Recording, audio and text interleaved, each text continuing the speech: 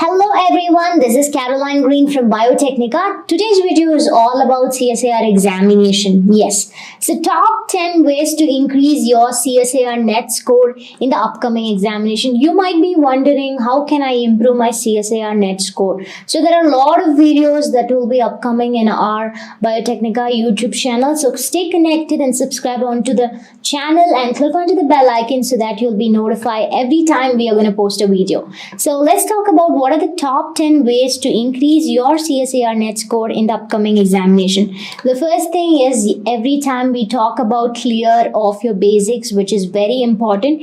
So understanding your basic is the most important theory or the mantra for any examination. So CSIR net examination is no exception to this. So when you start off with unit number 1 to unit number 13, whatever is that, read the theory behind every concept, which is very important. So watch out the standard videos, or you can read some standard videos. Understanding the concept is the most important thing to improve your concept. Or you can do one thing, suppose when we talk in case of unit number 8 or when we talk in case of unit number 6, you don't have to take a complete book and read whichever doesn't comes in your examinations. So get to understand what are the things that literally come for examination and finish off those important topics first, which is a sure shot topic for your CSIR net examination. Finish those topics and then move on to the topic which are least important. That's very important. So be aware of the important topics. So complete most important topics first. That's what I'm going to tell you is, let's suppose take in case of unit number 8. In unit number 8, you don't have to start from the beginning of Mendel's law and what are the characters that he analyzed. You don't have to go and study those things first. So you can directly go for some numerical problems like pedigree analysis, tetrad analysis, lot score.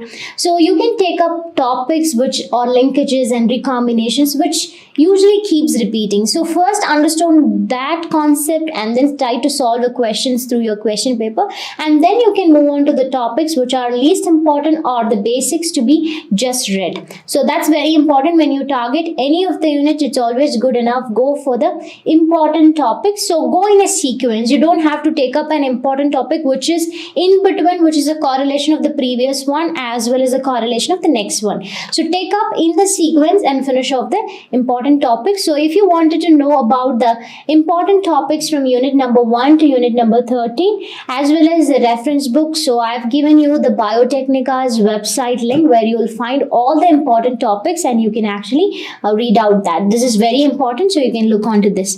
The next one is, yes, of course, practicing mock test. Yes, everybody talks about practicing mock test. But after practicing mock test, what you have to do? That's the most important thing. Yes, we always say like practicing mock test can really boost up your marks. But after writing a mock test, I found a lot of students who never used to come back and see how many questions are correct and what went wrong. No analysis. So the best way after doing any mock test, a full length mock test, you have to do certain things. I'm going to talk about those things which are very important. Analyze the test that you have done in depth. How you can do. So I'm going to give you some of the questions that you have to think about it. So how many mistakes you have made by doing guesswork? Yes, it's obvious that most of them in the competitive examination does guesswork. So you have to know, because if you had guesswork, how many questions went wrong? That's very important, which means you need to understand whether your guessworking works or not. If you're going to try the same method in your examination, you're going to lose marks. So never do it in the exam. Instead, you can do it during your mock test. Ask, why am I making mistakes on this particular question? Suppose if you're talking case of part C question, if you're going to solve some unit number 13 or unit number 1 or unit number 3 question, you're making any mistake. Why are you making mistake? If that question is a conceptual question, which is a direct conceptual question, then why you made wrong in that conceptual question? Which means your concepts might not be clear. So take a note or take a book and start studying those concepts again, because there are a lot of probability the same question or the same pattern of question can come in the next examination also. The next important thing, identify 3 questions in each sections, part A, part B and part C, that you spend too much time on, very much time. Suppose let's take in part A, you spend a lot of time on one question. This is all for practice mock test time.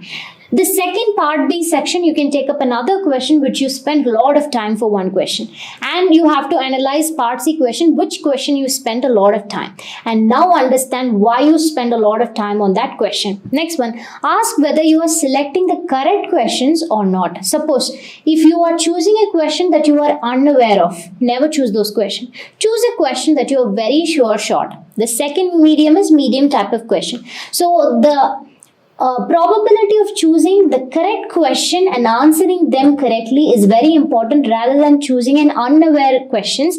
That's not a good idea. How many skipped questions can be attempted? Yes. Now you might be missing some of the question because of your time. So you might have skipped some of the questions during your mock test. So what you have to do is take up those questions and now start solving those questions. Are you able to answer this question? Yes. If you're able to answer this question, then think in your mind that you should never do this mistake in the upcoming examination. If you're going to skip a question that you know, you're going to lose marks. So understand all these things when you are practicing everything. How many questions went wrong just because of your silly mistakes between options? So if you're going to do all this analysis and then you come to a conclusion, this all you have to do only in your mock test. The next important thing is, okay, after doing an analysis of the mock test, you have to go and check in for the answers. What's the answer key? Many students check in for the answer key, but not the solution of the answer key. That's very, very important. Go through the solutions of the answers, which is given according to the NTA, which is according to the standard references. Do not forget the test purpose. So the practice mock test purpose is to understand and analyze how we are performing, as well as to understand the answer key and the solution, and learn the application of problem solving theory. Yes, were you able to solve the questions that is given, and try to attempt the unattempted questions. Whichever you skipped, you try to attempt now, and review the incorrect answers and note down all the mistakes. Suppose if you're making a mistake in part C, very easy concept, just write it down. You are making a mistake in this concept, and what are the alternatives that you can do to not do those mistakes back again. That's very important. Whether it is conceptual based questions or logical based question, or you just guessed some of the question. If you make any of the mistakes in any of these questions, just make a point of it. So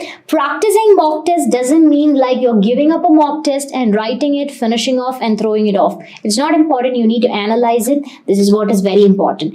And making efficient shorthand notes. This is very important because everybody should have a personalized short notes, because you cannot read the entire book and you can make a notes out of it. It's not going to be possible. So the best thing that you can do is select all the important topics and make a mind map or flow charts or whatever it is easy for references, and put all the information in one page, so that when you read one page, you are covering the maximum concepts also. So make always an efficient short handwritten notes. Concise short notes, which can be in the form of any of these things. It can be in the form of mind map, a flow chart, a tabulation, any concise return paragraph, or if you're forgetting a pathway, remember mnemonics, and some of the pictorial representation or diagrammatic representation really works enough. And after that, scan your notes and always make a PDF. This is very important. If you're going to make a personalized note, you took a lot of time to make that personalized note. If you're going to keep it aside or throw it aside, or if it has been stolen, you cannot get it back again. Of course, you will feel something is lost during your preparation. So always after making a notes, take a scan copy and make in the form of a PDF and store it. Even if you miss your notes, this is going to work out for your examination for the final revision. The next one, proper time management. Yes, this is very, very important when we talk in case of examination. So I'm going to give you some of the idea how to improve your time management. So these are some of the things that you have to improve your time management skill. Make a proper schedule for every unit, 1 to 13, so you can stick on to some 9 units, and avoid multitasking. You don't have to do many things at a time when you're going to study it. Suppose you're studying, you're taking your phone and you're seeing something or seeing a social feed and then talking to your friend or talking to your mother, or as well as eating and then concentrating. It doesn't work at all. And give 1 to 2 hours for revision. Very important. If you're going to spend some 7 to 8 hours for your studies, then at least give 1 to 2 hours for your revision along with solving questions. And always start your task early. Suppose if you're thinking to start it by today, start it today itself. And Complete important topics on priority, as I already mentioned, and organize your workspace wherever you're going to study, and overcome procrastination. Don't keep anything for so long, finish it off by the day that is taught on the same day itself, and spend maximum time in your studies, not onto any other form of medias or anything. Schedule your task and your deadlines and stick on to the time that you have planned, and always have a good habit and deal with your stress wisely. Yes, you tend to go through stress, so you have to do that and minimize distractions, and always get some 8 to 10 hours of sleep, and take regular breaks. Regular breaks doesn't mean like 1 hour, 1 hour, 1 hour. It shouldn't be there. Have a regular break which is appropriate for you to take. So, okay, so study as maximum time. You can take it daily, maximum time, whichever is comfortable for you. You can take it accordingly. Revision, definitely 1 to 2 hours daily. You have to do it. Complete important topics on time, and soon after finishing any unit or any chapter or any topic, revise it instantly. That's very, very important. And the next thing is combined revision. There's something called combined revision. Suppose if you're studying unit number 1 and you're going to unit number 2, you tend to forget what you studied in unit number 1. So what you have to do is, before starting unit number 2, just take some half an hour to 1 hour to revise every concept that you have studied in unit number 1 and recall it once again, or teach to somebody else, or just close your eyes and just start recalling everything that you have studied. After that, go to unit number 2. After studying unit number 2, revise unit number 2. And suppose let's take Saturday has come. So during Saturday, revise unit number 1 and unit number 2 together. That is called combined revision, because when you keep revising the second unit, and when you go to third unit, you're revising only third unit, which means you have not revised first and the second unit. So as you keep moving, you need to have a cumulative revision or a combined revision. And of course, proper schedule is very important for every unit. So this is how you have to deal with your time, very importantly. The next one, be aware of units to skip and not to skip. This we always talking about. So the first is units that can be skipped are going to be, if you're studying unit number 6, system physiology and plant, then you can skip system physiology and animal. Suppose if you're a zoology student, I would suggest always learning system physiology and animal. Diversity of life forms you can skip, but if you're comfortable, you can definitely take it up. Applied biology also you can skip. You won't lose a maximum mark if you're going to miss this unit. And units that shouldn't be skipped are unit number 1, unit number 2, unit number 3, 4, 5 and 6. If you're skipping 7, you have to study 6. And inheritance biology and methods in biology is definitely a must. So always be aware of what are the units you should never skip, what are the units that you should skip. And always study units that are correlated. You have to study unit number 1 with most of the units. So always study unit number 1 first, and unit number 2 and 4, unit number 3 and 8, unit number 5 animal part with reproduction and system physiology in animal, and you can study endocrinology, gametogenesis, spermatogenesis, oogenesis, everything together. And plant physiology and unit number 5 plant part, you can study it together, which is going to be really helpful. You will feel that you studied maximum topic by correlating things, and it will be very, very easy for you to understand also. And most of the mistake the student does is studying only subjective questions and leaving the part A questions. So don't ignore part A questions. So focus on logical reasoning type of questions and quantitative aptitude at least. So we have a list of things that's given. So you can also download it from Biotechnica website also. So I'm just talking about logical reasoning and quantitative reasoning. So how you can score really good in part A. So understand the question carefully. First, when you're going to read a question, understand the question, what it is asking for.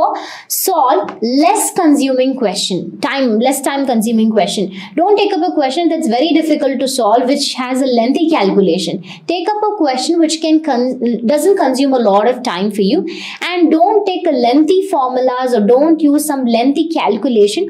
Use some short tricks and formula to solve some kind of mathematics question. And logical reasoning questions can be easy if you use your personal things to understand it. And take up always a diagram or graphical based question, so which can save a lot of time for you to do so also. So do not ever ignore your part A questions, and read the questions very, very carefully Very specifically, are they talking about incorrect or correct questions or statement based questions, not type of questions, or type of question, and type of question, except type of questions? Always read the question carefully and accordingly answer it. And the most important thing is solving previous year question paper. So you can solve almost 10 to 15 years of your question paper. So I've listed some 10-year question paper. After thus, analyze the question paper pattern of every year when you're solving it, and solve questions after studying every unit. Suppose if you studied unit number 1, take up all the previous year question paper and start solving unit number 1 questions continuously. You can spend some 1 hour time for you to solve only unit number 1. After that, study unit number 2 and take up a question and solve only unit number 2 questions. Practice decision making on which question to solve and which question to skip. This is what I usually say. So what type of question to attempt, what type of question that you should never ever touch at all. You need to know it. And knowledge is of no use unless it's put to practice, because if you're not going to practice, even though you know maximum concept in all the units and you might be well versed in all the units, if you're not going to practice and if you're not going to have a time balance of time to complete your examination, it will be very difficult for you to clear. So always keep a track of it and decide, because knowledge is of no use unless you are not going to put it into practice. And best benefits of solving previous year question paper. Best tool for revision. Yes, I would always say that if you're going to take up any question paper, this is one of the best tool for your revision, because you're solving a question and suddenly you come to a point that you forget a concept. Immediately you finish off all the questions and you take up your book and you keep revising the concept that you forgot. That's the best way, and you will never forget. Actually, you'll never forget when you're going to read like that way.